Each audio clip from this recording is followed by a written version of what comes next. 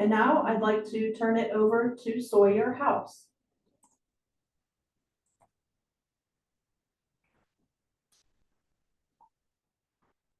All right, good morning, everyone. My name is Sawyer House. I am the State Data Coordinator for the Division of Libraries. And I'm here to talk with y'all about the Annual Statistical Report for 2023-2024. We're going to be reporting on this past fiscal year. In this webinar, we will be going over why we gather and report the data, and then we'll talk about some of the reason for any changes and kind of talk about how data elements evolve. We'll specifically discuss the annual statistical report for this year that you're reporting on, and we'll also discuss the upcoming changes for the next annual statistical report. So why do we gather and report statistics? There's a number of reasons, and at the local level, you have your own reason to look at the data. It helps evaluate the trends that are happening just within your community. It helps you to understand the needs of your patrons, and it also provides evidence of the community and statewide impact that libraries play. It can inform the budgeting decisions, and I think the most important is it tells your library story. At the state level, we're doing a lot of the same things, but it's for the whole state of Florida. So we collect all of the data from the libraries across the state, and we look at trends that are happening for the state. We also use some of this information to look at how libraries are doing and assess what maybe we can do to help libraries if we see a need in the data. And we try to tell the statewide story and use that story to share with the government. So we also publish all of this in the data tables. And we also try to publish data displays to help share the story of the state's libraries. At the national level, we submit our data for libraries to the federal government, the Institute of Museum and Library Services, and they use the data as well to assess community needs and trends across the nation. They use the information that you're submitting to provide information to policymakers, and they help make a case for the national library funding. This helps with federal budgeting, so we really want the data to help with the federal budget so that that money can eventually come back down to the libraries in each of the states. And we also do have researchers that reach out not only to IMLS at the national level, but we'll have researchers that reach out at the state level asking for data just for individual states.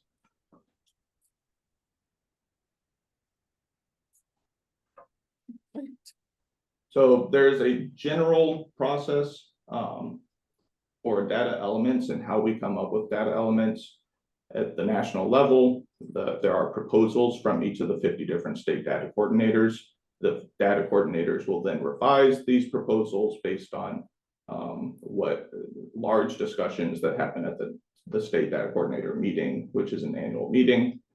And then each of the states will vote on what questions should be implemented in each annual statistical report. At the state level, sometimes Florida will add additional questions that are not part of the federal questions. One of the examples, if you have done the annual statistical report, is the emergency preparedness questions, the last 5 questions on the annual statistical report that ask, did you close for a major event? If so, what services did you change or provide? And these are geared primarily at, like if you have a hurricane or a wildfire, some kind of major event. We're collecting that information so that we can follow trends related to those events in Florida. We implement rule changes as part of that. And then at the local level, you might have a survey that changes and is rolled out that is reflective of these changes. Are there any questions about the general data collection process?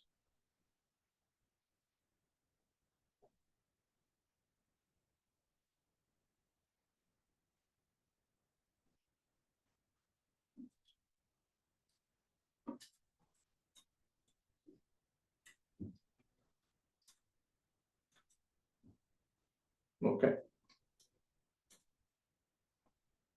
So next on our list is the 2023 to 2024 Annual Statistical Report. That is what you'll be reporting on October 1st through December 1st. So it will be due on December 1st. And you'll probably be glad to hear this. There are no changes or updates for the reporting on this past fiscal year. So starting October 1st, the statistical report has not changed from last year. We will still talk about a few of the tricky sections on the statistical report so that we are well prepared when you open up your web portal on October 1st. So to access the statistics reporting, you go to fl.countingopinions.com. You should have your username and password, but if you do not, please email sawyer.house@dos.fl.gov. I'm happy to share email or the username and password. One quick note before I leave the Counting Opinions page. We have noticed with the Florida Library Youth Program statistics reporting that there are some technical errors with the website. I think I've spoken with other state data coordinators. They have seen that there are server issues with Counting Opinions. So what we've been told is make sure that you save after every 1 or 2 questions. So when you report your data, please make sure to save every few questions. And if you leave the page while you are reporting the data, you may want to log out and log back in. And so hopefully that gets fixed by October, but just in case, be prepared to save every few questions. But when you open up Counting Opinions, you'll see this landing screen. If you click enter right in the middle, it will open up the data input page and you'll be able to enter all of your data.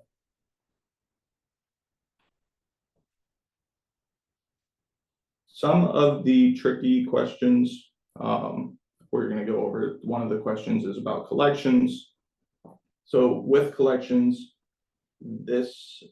we have this physical items in collection, and it's the sum of physical books and serials, physical video, physical audio, and other physical items. And the other physical items would be fishing rods, telescopes, cooking items, anything that doesn't quite fit in traditional library materials. So just keep that in mind.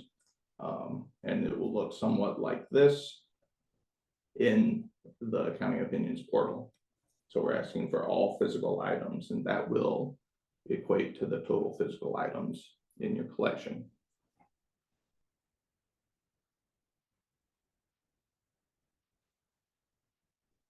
The total circulation calculation. This is one question that I know I get questions about each year. And I have no problem reaching out to y'all if you have questions or answering questions. You have adult materials and children's materials, and we're measuring the circulation of each of those.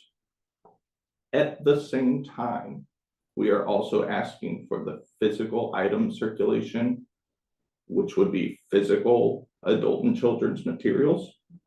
We're asking for the use of electronic materials, so ebooks, e-audio, and that kind of thing, which would be e-adult materials and e-children's materials, and then the circulation of other physical items. Those three broken down by type should equal the circulation of adult and children's materials, which is broken down by target age group. So this is another way of looking at it. Adult and children's materials equals total annual circulation of materials, while at the same time, physical, electronic, and other physical item circulation also equals total annual circulation of materials.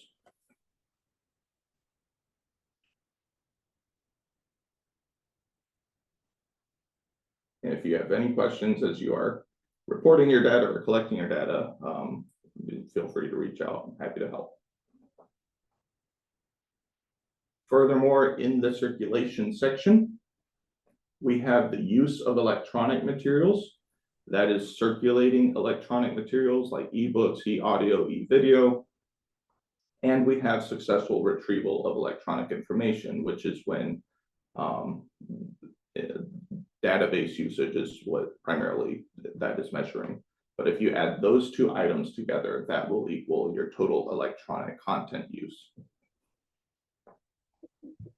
Hi, Sawyer. If I can just hop in real quick, we have a question in the chat. Judy Cooper would like clarification on what other physical items would be. Other physical items are anything that circulates in the library that really doesn't fit. Books, physical, well, we're going to go back just a minute. So we have physical books and serials, physical video like DVDs, physical audio like audio books or audio cassette recordings. The other items could be board games, they could be fishing rods, kayaks, I've heard, telescopes, anything that's just not the traditional library material of books, audio, and video. Okay, Sawyer, so then that other physical items that's referring to on that one is the physical other items that's on your current screen. It's not a different number. That's what I'm just making sure of. Are you looking at this section? I think it was the next one. Or wait, maybe it was, yeah, circulation of other physical items. Yes. Because you already have Item physical item 95. circulation above that. Yeah. Item 95 is talking specifically about the other physical items. So then 93 is audio, video, Yes, and books and serials. that is correct. Okay, that's what I wanted to make sure. Absolutely.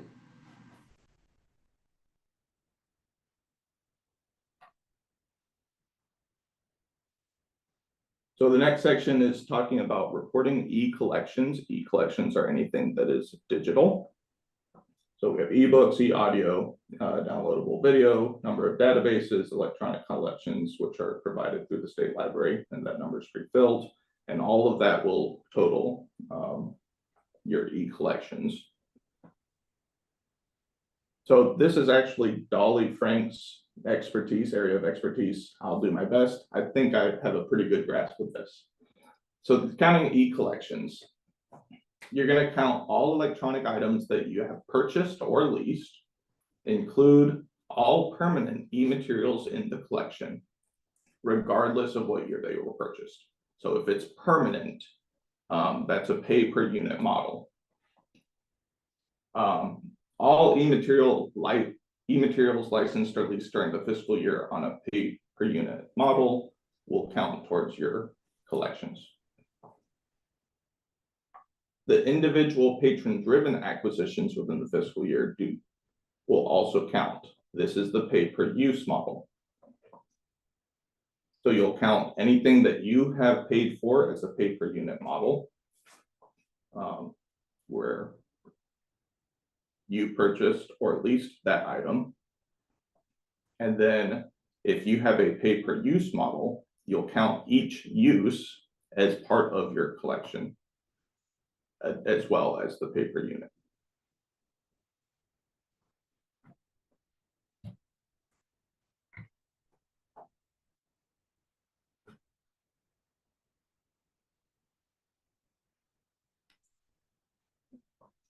If you have shared e-collections that you share with a cohort or cooperative, count the items that are shared. But if those that you shared with the cooperative, count those, but do not count those that are provided by other libraries. If the library cooperative purchased them for you, do not count that because the cooperative will report those numbers in their report. And if you've used your funds to buy into a shared collection, especially like through an MLC, you'll need to estimate the number of items that your funds would purchase and report using the payment model that's related to that.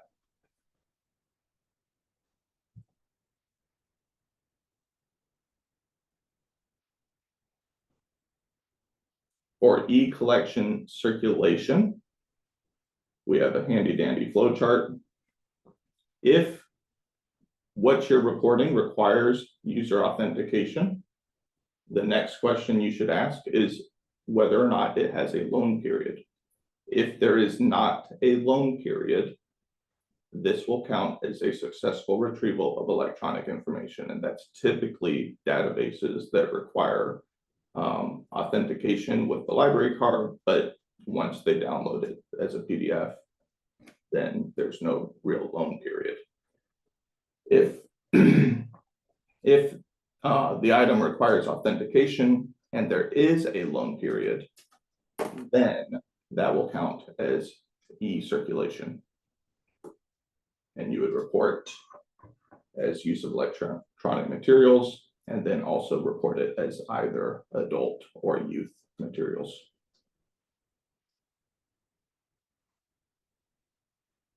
Are there questions?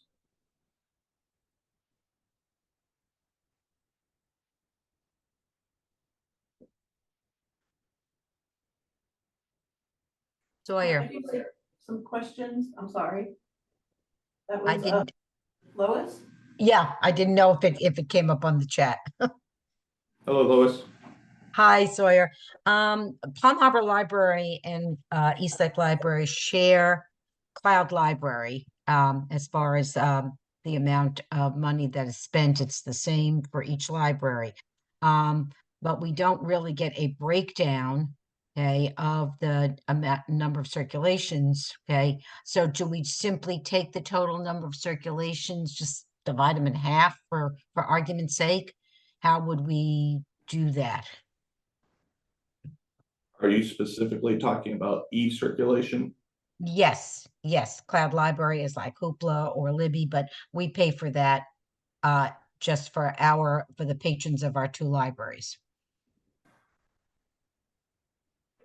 Is your vendor not able to separate out at all between library users? Matthew, I know Matthew is on Yeah, this, I'm not, to be honest, I'm not sure. We could certainly look into it. But I guess that I'd reinforce that same question, Sawyer, that if they're not able to break it down and it's not a gigantic collection, do we go ahead and just say, okay, we'll split that in half so it's not double counted? Yeah, so I think I'm there might sorry. be, go ahead, Judy. I recently talked to Cloud Library because I was confused on whether or not they could break down between youth and adult. And I found out that they could. They can probably walk you through that. Okay, we had, I know that it was Biblioteca, but now it's OCLC, and we're already having issues with them with payment. So I'll see if we can get an answer with regards to counting the circulations from the two different libraries. They do have, Palm Harbor certainly has a much larger population and therefore probably more users. So I don't want it to be unfair in terms of estimating the total usage for each library, but we'll reach out to them, see if we can get a number. Thank you. Customer service seems to be working a whole lot better than accounting. Okay. So Lois and Dave and Matthew, Mhm. I will reach out to y'all via email and we can work through this together. Mhm. Hopefully we can get the data from the vendors. Okay, The way that we need. If not, then we'll sort out what we should do next. Okay, thanks. thank you. Absolutely. Any other questions before we move forward? Yes, we have From Jennifer, if you have both pay per unit access 360 and pay per use hoopla, do you add the two numbers together? Yes. So you're talking specifically for circulation, is that correct?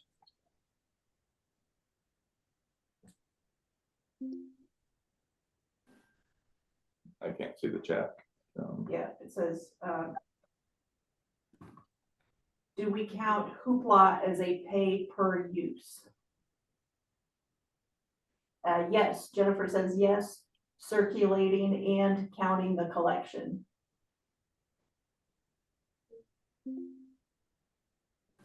So yeah, if it's pay per use, then the number that is circulated is also the collection number for that particular payment model. And then you would add that to the statistics that you have for your pay per unit model.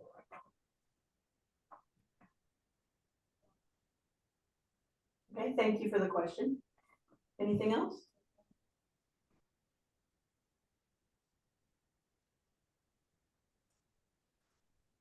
So the next section that I often have questions about is counting programs and attendance.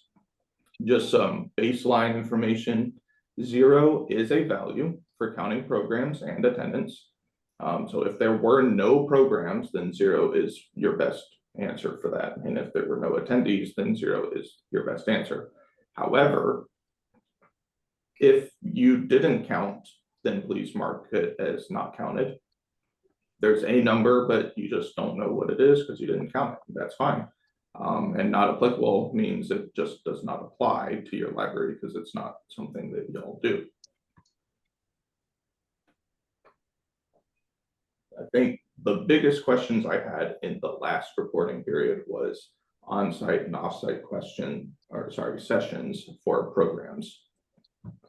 And so you can see we've asked for programs and program attendance broken down by all ages, adult, young adult, children 0 to 5, and children 6 to 11. And that equals the total active in-person programs. But for all of those programs that are broken down by age group, we're also asking, where did those programs happen? Were they on site at the library, or were they at another location that was not the library? So when you report this information, you should have your total active in-person programs. That's just the number of programs that were in on there. And then you can break those programs up into 2 different groups. Were those programs on-site or off-site? And that number should equal the total. And you can also break that number into age group, the target age group.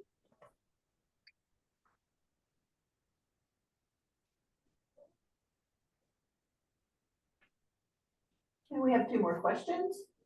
Go for it. Judy asks, would outreach count as an off-site program? It kind of depends on what you are considering is outreach.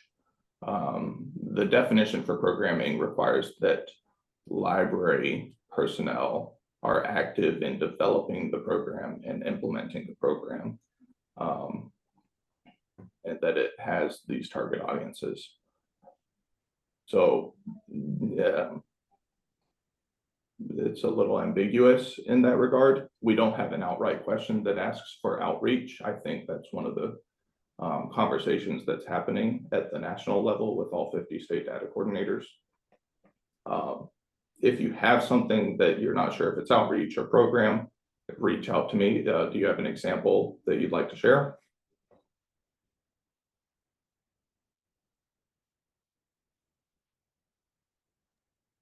I can think of one, Sawyer. This is Lois. We sometimes are involved with community events, such as the fire department has an open house and asks if we'd like a table there. So to me, that seems like outreach. We're there, we're participating in a community event, but we have not spearheaded a program or coordinated a program. Whereas other times we might go to a local elementary school to do, library card sign up month, story time, so on. To me, that is an offsite program. Is that a correct interpretation? So with the national conversations about outreach, you have kind of nailed the head on what the state data coordinators have been talking about. Is the library spearheading the operation? Is it kind of their program and other people are involved? At which point that is truly a program. But as you described, somebody else is hosting this event and the library is invited. That is much more like an outreach thing, which we're not technically counting as a program, at least right now. Does that help? That was perfect. Okay. Yeah, I hope that helps. And again, if y'all do have questions, just reach out. We can always sort it out. So, yes. But we have, if a library has a service where they regularly visit other venues, such as an outreach librarian visiting as a nursing home on a monthly basis, this is meant to be an example. Thank you. And then the other question is, how are virtual programs counted? Virtual programs. Well, you have essentially two different trains of thought on virtual programming. You have active virtual programming. Active virtual programming, I'm going to move to the next slide because this might actually be helpful. So the active virtual programming is when you have a live webinar, such as what we're doing right now. This is considered an active virtual program. You have engagement with the audience in a synchronous time span, so it's happening at the same time, and that's going to count as total active virtual programs. I don't have the slide included in this slideshow, but there's another set of questions that asks about self-directed virtual programs, and those would be typically, in my experience, is going to be YouTube videos where the library posts a YouTube video or a YouTube tutorial, but it could also be some kind of virtual program that the library has put out there that helps the patrons in some kind of asynchronous fashion.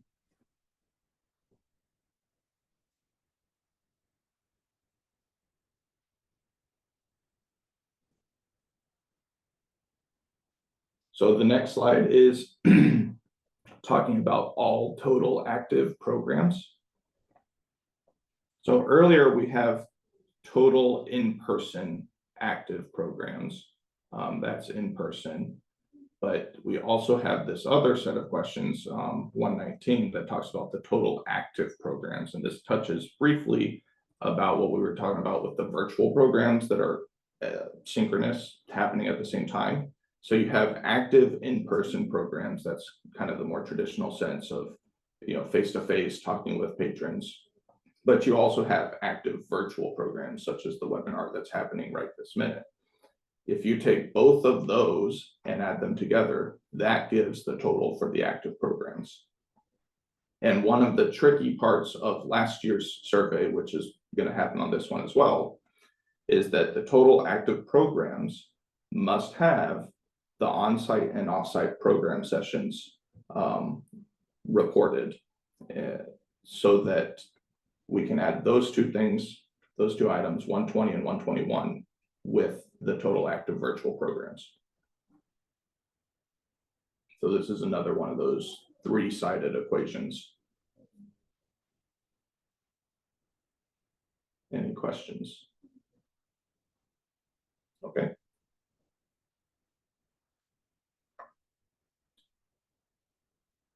There's a set of emergency questions that we implemented last year, which asks if your library closed. Did your library close for a major event, yes or no? We are just asking, if it's not too much trouble, that you include a note. If you mark that, yes, my library did close, there's a little button, it's in this green box that allows you to add notes. Just give us a brief little note, an explanation why did your library close? Was it due to a hurricane? Was it due to a wildfire? Was it a water main broke? Were you doing renovations? If you don't mind just giving us a brief baseline information, that helps guide some of the research and that we're doing with these questions.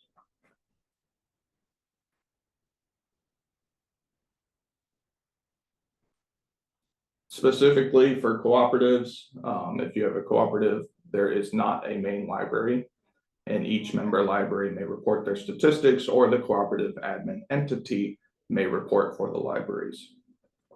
The cooperative admin entity reports the admin statistics, and the division will roll up the totals for the cooperatives after submission.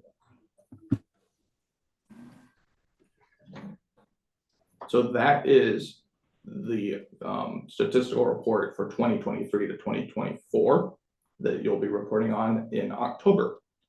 Are there any questions about that? I'm sorry, Susan? I have a question. This is Lois. Yes, One of the biggest issues is with Facebook posts. We have a very active youth services department that does videos on genres and such. So, and we get quite a lot of hits on that. So it kind of looks kind of skewed when you see the number of hits that there are. My question is that counted as passive virtual? Where do we count that? And do we count that? so are you posting a video on Facebook? Yes. Okay. If you count that as a program, then you would count the post as the program itself, and then the views would be the attendance. Okay. Thank you. Thank you, and we have a question from Lynette. For the closure question, if any branch of a library system closes, it should be noted here, or does it refer to closure of the entire library system? You would report for the branch individually. Not necessarily, well, if one of the outlets of a branch closes, then that branch would report that information.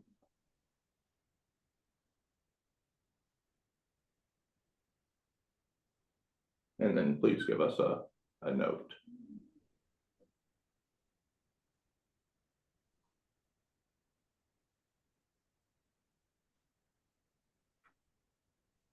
So next we will have a sneak peek on what changes will be happening for 2024 to 2025. IMLS has added quite a few questions and changes. And this will not be implemented in October next month, but you can expect these changes for October 2025. And that's when you'll be reporting on fiscal year 2024 to 2025.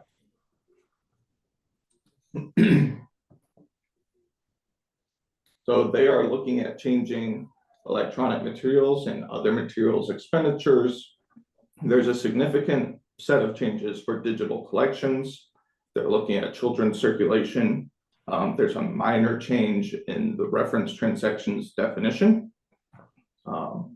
There hopefully won't be a supplemental survey. They're going to add digital collection source questions, and we'll talk about each of these.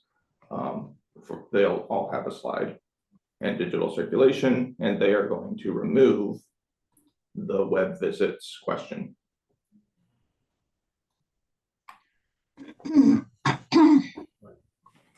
So digital collections, ebooks.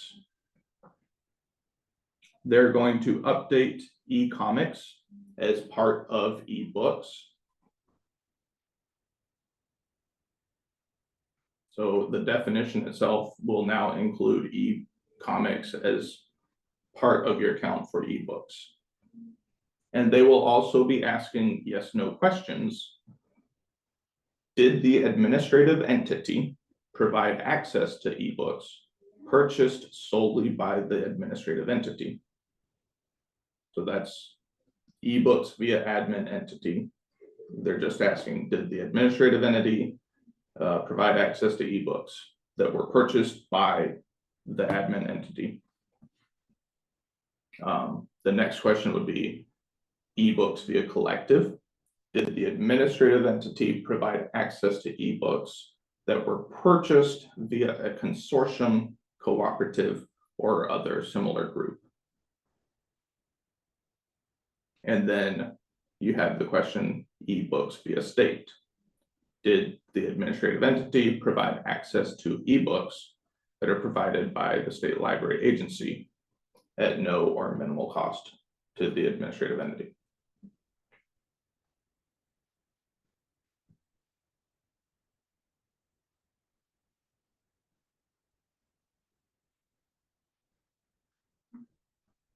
They're adding e-serials, and they're going to ask for the number of e-serials available in your library collection. The definition that we've been provided is e-serials are periodic digital publications equivalent to printed newspapers, magazines, and similar media that are viewed as entire issues rather than as single articles returned from a research query. And then they will ask the same yes or no questions. Were the e-serials provided to the public through the administrative entity?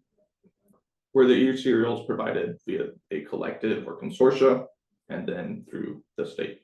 And those are just yes or no questions.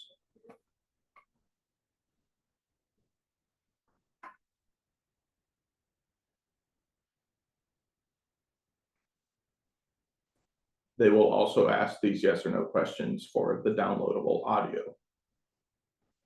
as well as the downloadable video,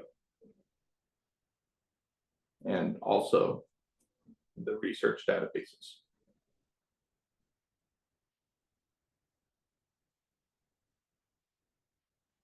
They will also add the online learning platforms.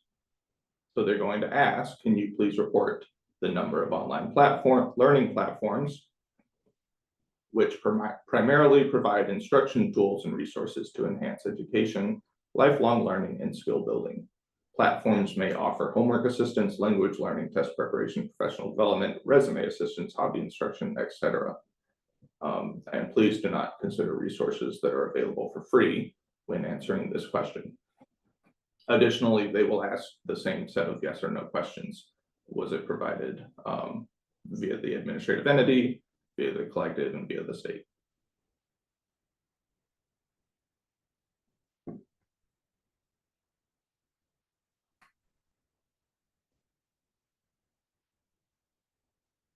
This is what the report will look like for the next reporting period, where you have ebook circulation, e-serial circulation, audio downloadable unit circulation, and video circulation. And all of those will be broken out to include use of electronic materials. So they're going to be asking for the circulation numbers specifically by type.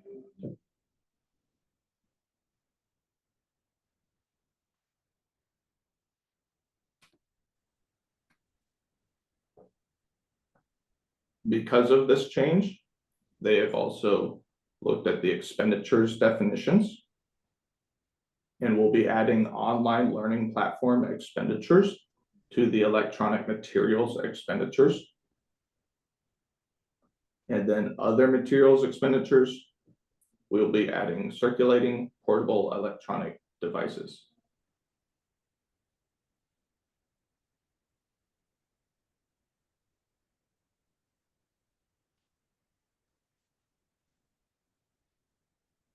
They have also asked that we look at children's circulation.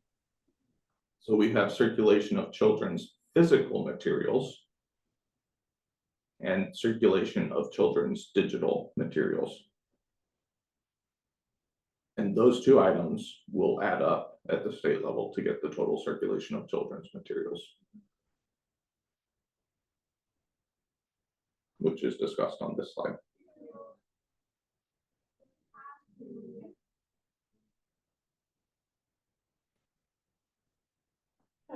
two questions.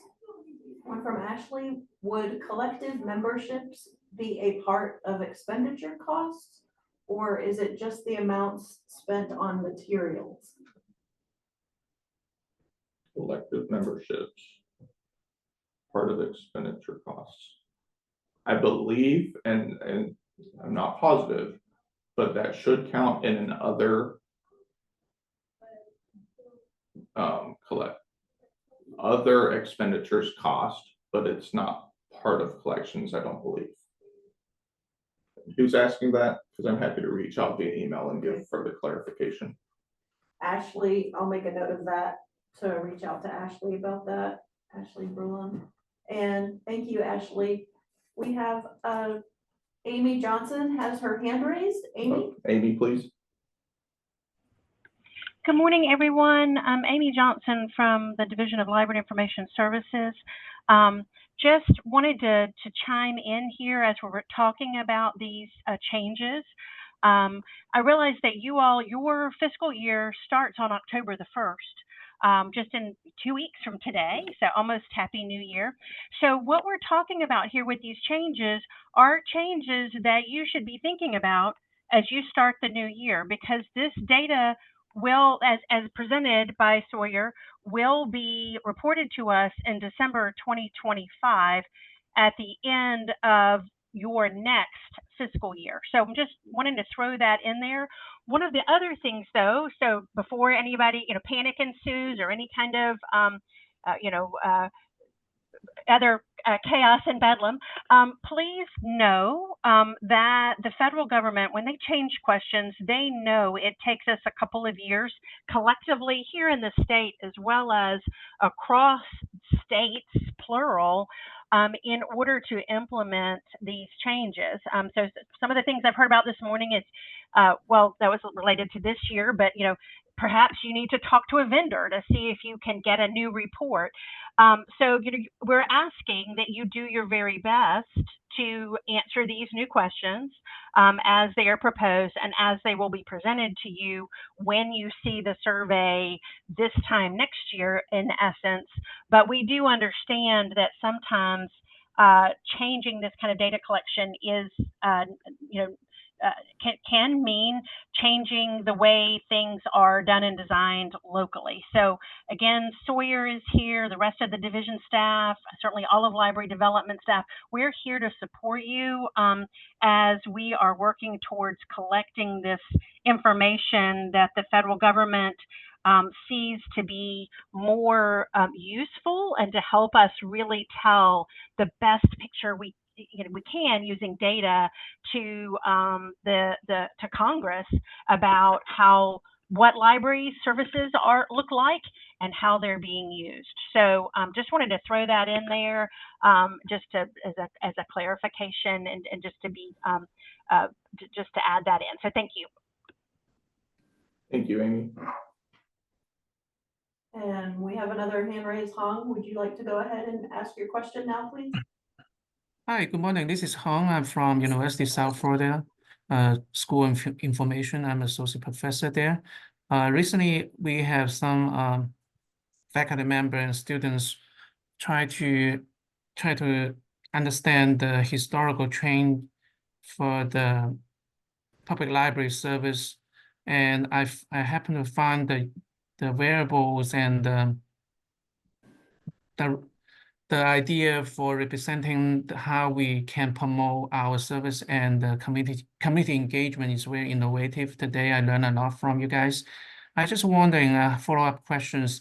If we have some questions regarding how to understand those variables interpretation, is that a contact person from DLIS, like for example, Amy or server? Is there somebody I can send out those kind of questions follow-up with you guys? I'm happy to answer any questions, and if I'm not able to answer a question, I'll make sure to talk with Amy Johnson, but I'm Sawyer House. I'm the state data coordinator. Okay, wonderful. Thank you. I'll be very happy to meet with you and talk with you. Yeah, thank you so much. Yeah, that's it. Yeah, thank you. Absolutely. We we have a couple other questions in the chat. Let's see, do you know if children's materials will include young adult or no? The definition that I'm going off of is going to be children 0 to 12, and young adult kind of is a very ambiguous definition for collections and circulation materials. For example, Harry Potter could be considered young adult, but we have so many adults reading it, so it's one of those very ambiguous age groups with regards to some of the materials. I don't have a clear answer, and I'm sorry. I would say do your best or stick with what the vendors are providing.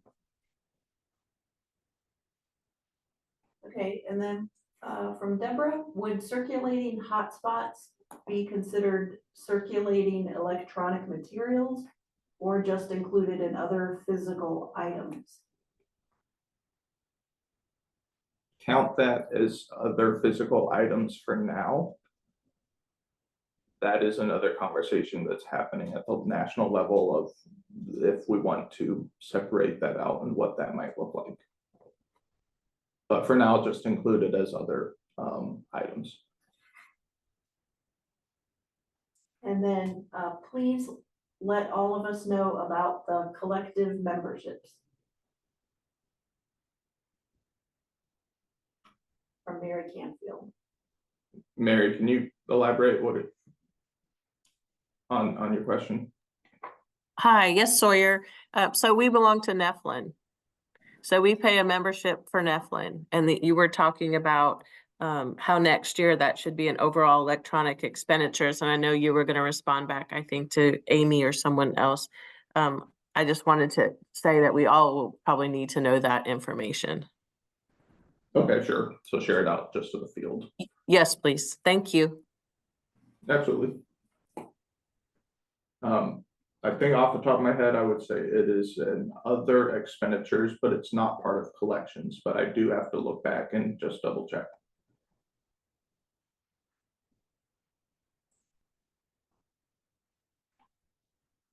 So some of the other changes, there will be a question that asks, does your library offer automatic renewal for physical items? It's a simple yes, no question. And this is specifically targeting physical items.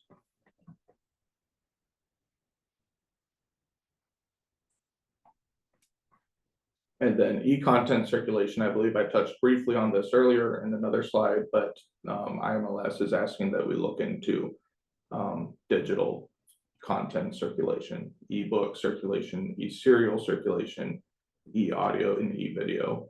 And so all of those circulation items are a subset of what we are currently reporting as just use of electronic materials.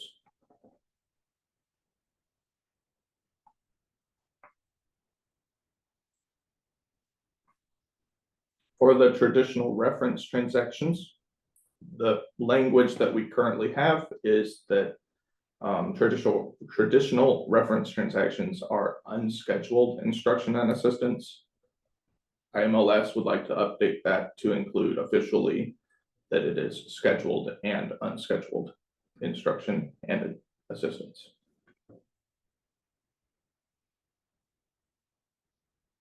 And for the next reporting year, web visits will be removed.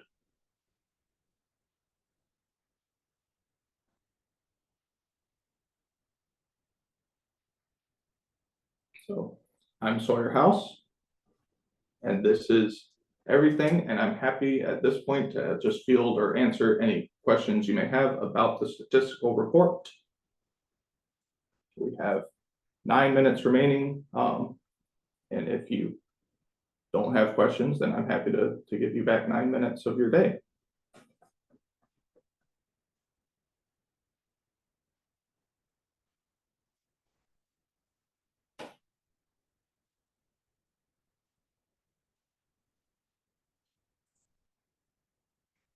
Okay, let's see. Thank you so much, everyone.